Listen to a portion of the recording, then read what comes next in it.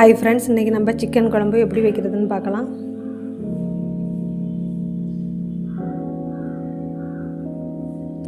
கடாய் வச்சு எண்ணெய் ஊற்றிக்கலாம்.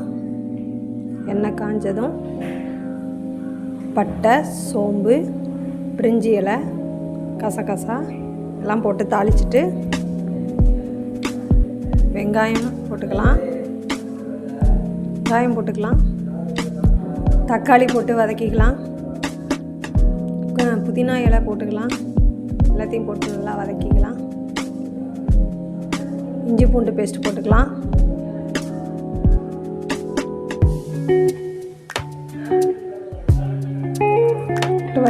தேவையான அளவு மிளகாய்த்தூள் போட்டுக்கலாம்.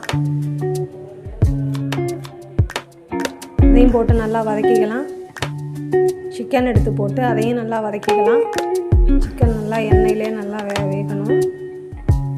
கொஞ்சம் நல்லா வேகணும். அது வரைக்கும் நல்லா கிண்டி விட்டு நல்லா வேக வச்சு தேவையான அளவு உப்பு போட்டுக்கலாம். தேவையான அளவு தண்ணி ஊற்றிக்கலாம். உருளைக்கிழங்கு போட்டுக்கலாம்.